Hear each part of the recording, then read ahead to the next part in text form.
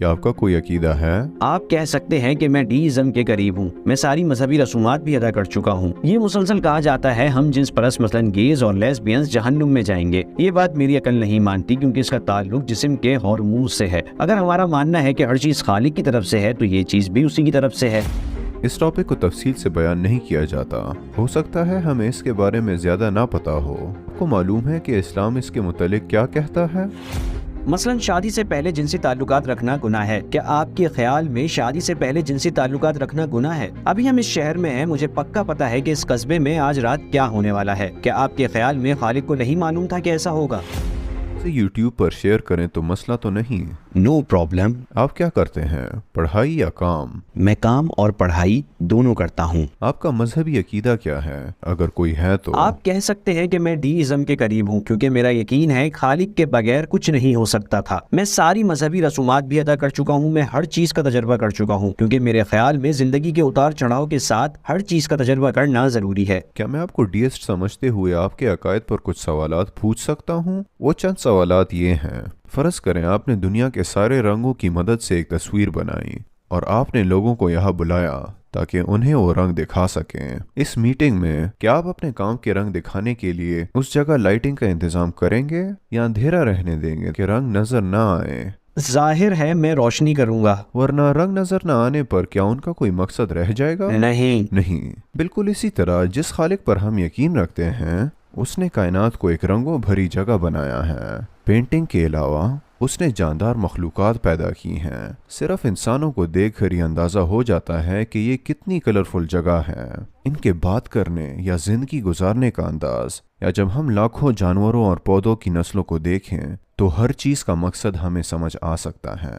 اب کیا یہ بات معقول ہے کہ یہ کائنات بنائی جائے اور اسے پیغمبروں کی لائٹ سے روشن نہ کیا جائے اور رنگوں کو اندھیرے میں چھوڑ دیا جائے؟ کیا کائنات کے معنی ان لوگوں پر ظاہر کرنا ضروری نہیں جو سوچ اور سمجھ سکتے ہیں، جس طرح ہم نے رنگوں بھری پینٹنگ کو روشن کیا تھا؟ مجھے یہ کہنے دے، اگر خالق کوئی جگہ وغیرہ بنا رہا ہے تو کیا یہ زیادہ مزیدار نہیں ہوگا کہ لوگ اس کی تخلیقات کو خود سے تلاش کریں بجائے اس کے کہ وہ ہر چیز لوگوں کو خود بیان کرے؟ اگر وہ وضاحت کرے تو ہر کوئی مان سکتا ہے، اگرچہ آج بھی اس کی وضاحت کی جا رہی ہے مگر کوئی نہیں مانتا۔ کیوں نہیں؟ کیونکہ بہت سے لوگ ایمان نہیں رکھتے۔ یہ ایک بالکل الگ مسئلہ ہے۔ لیکن میں یہ کہوں گا، چونکہ ہر شخص کی سمجھ کا انداز مختلف ہوتا ہے اس لیے اسے سمجھنا مشکل ہو سکتا ہے، اسے غلط بھی سمجھا جا سکتا ہے۔ مثلاً آپ اینٹیک چیزوں کا ایک سٹور کھولتے ہیں اور آپ بہت سے تاریخی نوادرات ڈسپلے کرتے ہیں، لوگ وزٹ کرتے ہیں۔ سوچیں آپ کے پاس ایک اینٹیک کی قیمت 5 ملین روپے ہے۔ اگر ہم لوگوں کو اس اینٹیک کی قیمت کے بارے میں نہ بتائیں تو ہو سکتا ہے وہ سوچیں یہ بہت پرانی ٹائپ کی چیز ہے، اس کی مالیت شاید 5 روپے ہو، اور اس کے 5 روپے ادا کرے۔ ایسا ہی ہے؟ ہاں بالکل۔ لیکن اگر کوئی گائیڈ ہو، وہ لوگوں کو بتائے اور خبردار کرے اس کی مالیت 5 روپے نہیں بلکہ 5 ملین روپے ہے۔ دھیان رکھنا، اس مثال کی طرح کائنات میں کروڑوں لوگ بھیجے گئے، ان میں سے ہر ایک کا اپنا نقطہ نظر ہے۔ نبوت کی روشنی یہ کہنے کے لیے ضروری ہے، دیکھو جو کچھ تم دیکھتے ہو وہ بے مقصد نہیں ہے، اس کی قیمت 5 روپے نہیں بلکہ 5 ملین روپے ہے۔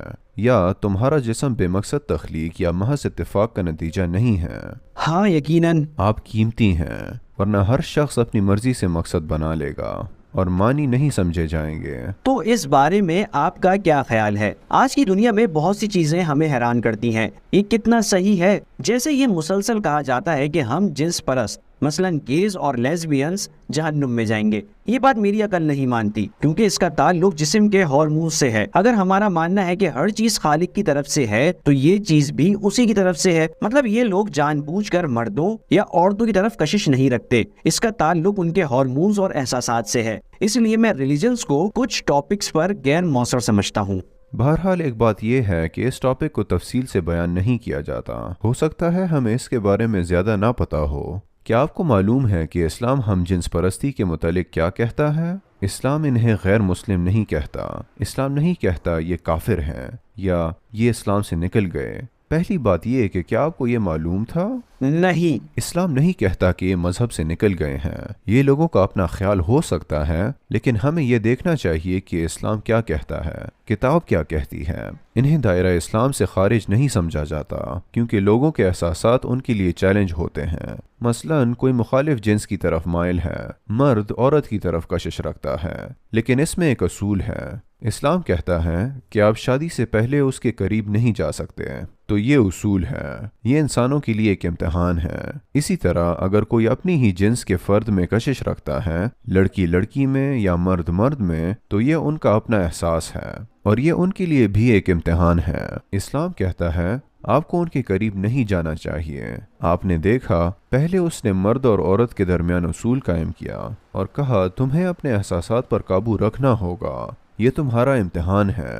پھر اس نے دوسرے لوگوں کو یہی بات کہی جو ہم جنس پرستی کے احساسات رکھتے ہیں کہ تمہیں اپنے احساسات پر قابو رکھنا ہوگا، یہ تمہارا امتحان ہے۔ کسی شخص کو صرف یہ احساسات رکھنے پر سزا نہیں دی جاتی، نہ ہی انہیں مذہب سے خارج سمجھا جاتا ہے۔ کسی شخص میں دوسری طرح کے احساسات بھی ہو سکتے ہیں، مثلاً کچھ لوگوں میں چوری کی شدید خواہش ہوتی ہے۔ ایسے بہت سے لوگ ہیں حالانکہ وہ امیر ہیں پھر بھی کچھ کہتے ہیں مجھ میں شدید خواہش ہے، میں چوری کیے بغیر نہیں رہ سکتا۔ تو اسلام یہاں بھی ایک اصول دیتا ہے کہ تم میں یہ خواہش ہو سکتی ہے، لیکن اس امتحان میں اہم بات اس پر قابو رکھنا ہے۔ اور کچھ لوگ کہتے ہیں مجھ میں دوسروں کو تکلیف دینے کی شدید خواہش ہے۔ تکلیف دینے کا مطلب چیزیں توڑنا یا لوگوں کو نقصان پہنچانا ہے۔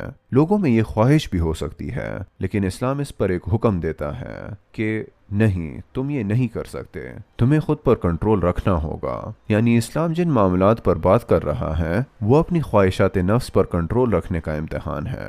یا ایک شادی شدہ مرد کے متعلق سوچیں، کیا وہ یہ کہہ کر اپنی بیوی کو دھوکہ دے سکتا ہے کہ میں کسی اور سے محبت کرتا ہوں؟ ہاں وہ کر سکتا ہے، لیکن اسے ایسا نہیں کرنا چاہیے۔ اسلام کہتا ہے چاہے تم میں یہ احساسات ہوں مگر تم اس پر عمل نہیں کر سکتے۔ دراصل یہ روکنے والا اصول ہے۔ تو اسلام کہتا ہے کہ صرف ان خواہشات کا حامل ہونے سے تم مذہب سے باہر نہیں نکل جاتے۔ جب تک ان پر عمل نہ کرو تم گنہگار نہیں ہوگے۔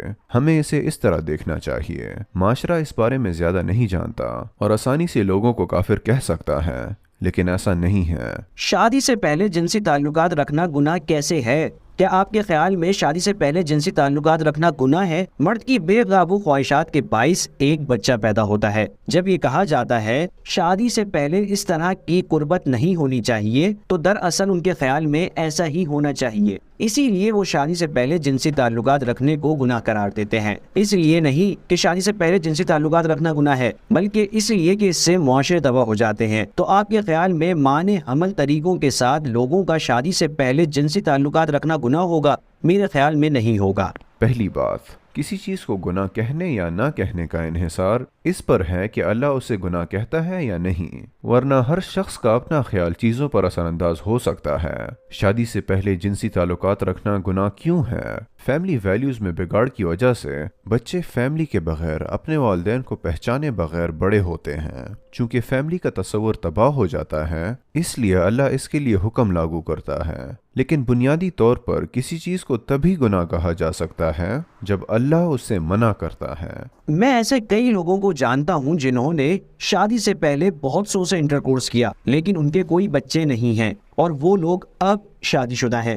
تو یہ لوگ ماضی میں کیے گئے کاموں کی وجہ سے گناہ گار کیوں ہوں گے؟ جیسے میں نے پہلے کہا، کسی چیز کو تبھی گناہ کہا جا سکتا ہے جب اللہ اس سے منع کرے۔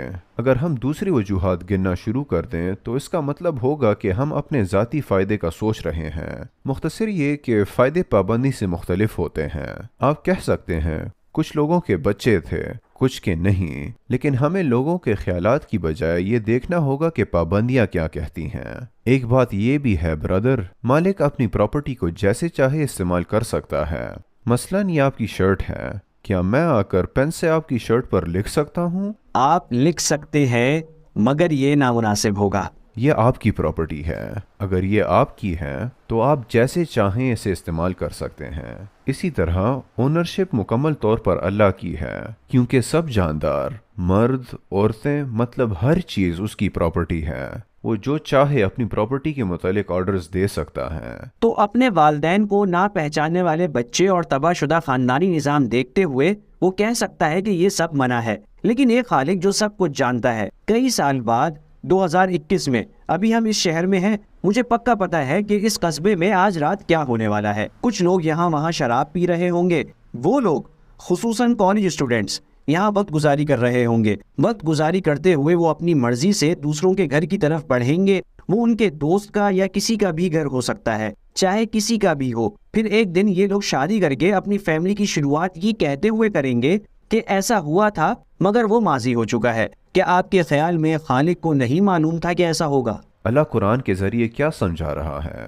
وہ اصول بیان کر رہا ہے۔ وہ کہتا ہے یہ صحیح ہے، یہ غلط ہے، یہ کرو اور وہ نہ کرو، اور ظاہر ہے وہ جانتا ہے کہ آگے کیا ہونے والا ہے۔ اس نے کتاب بھیجی اور لوگوں کو آزاد ارادہ دیا۔ اس نے صحیح اور غلط بتایا۔ وہ کہتا ہے اگر تم اس راستے پر چلو گے تو یہ فائدے تمہیں نظر آئیں گے، تم دنیا میں خوش و خرم اور امن سے رہو گے، فیملی کا ماحول محفوظ ہو جائے گا، اور تم آخرت میں بھی خوش و خرم رہو گے۔ وہ اس بات کا مخالف نقطہ بھی بیان کرتا ہے، اگر تم یہ کرو گے تو بے چین رہو گے، اور تمہارے ارد گرد کے لوگ بھی، اور آخرت کی زندگی میں بھی تم تکلیف میں ہوگے۔ لہٰذا یہ ایک امتحان ہے اور لوگوں کو صحیح اور غلط سے آگاہ کر دیا گیا ہے۔ بے شک اللہ سب کچھ جانتا ہے، لیکن ایک سے زیادہ آپشنز ہونا لازمی ہے تاکہ امتحان کا مقصد پورا ہو۔ بالکل، بہت عمدہ، آپ نے بہت اچھی وضاحت کی۔ اوہ واو، روشنی ہو چکی ہے۔ ہم اور بہت سی باتیں کر سکتے ہیں، لیکن جو مسئلہ ہم آج حل کر سکتے ہیں وہ آپ کا یہ کہنا ہے کہ کیا میں دوبارہ مسلمان ہو سکتا ہوں؟ مجھے یہ کہنے دیں برادر، چاہے آپ نے مجھے جو بھی وضاحت کی ہو، لیکن آپ میری طرح انسان ہی ہے۔ کیا آپ کو معلوم ہے سب سے اہم چیز کیا ہے؟ ہمیں یہاں بات کرنے کے قابل ہونا چاہیے۔ دوست، آپ مجھے کچھ بتا رہے ہیں اور میں سن رہا ہوں۔ میں کہتا ہوں ٹھیک ہے، یہ آپ کا خیال ہے، اور اگر میں یہ کہوں آپ اس پر کیسے ایمان رکھ سکتے ہیں تو پھر ہم فضول بحث میں پڑ جائیں گے۔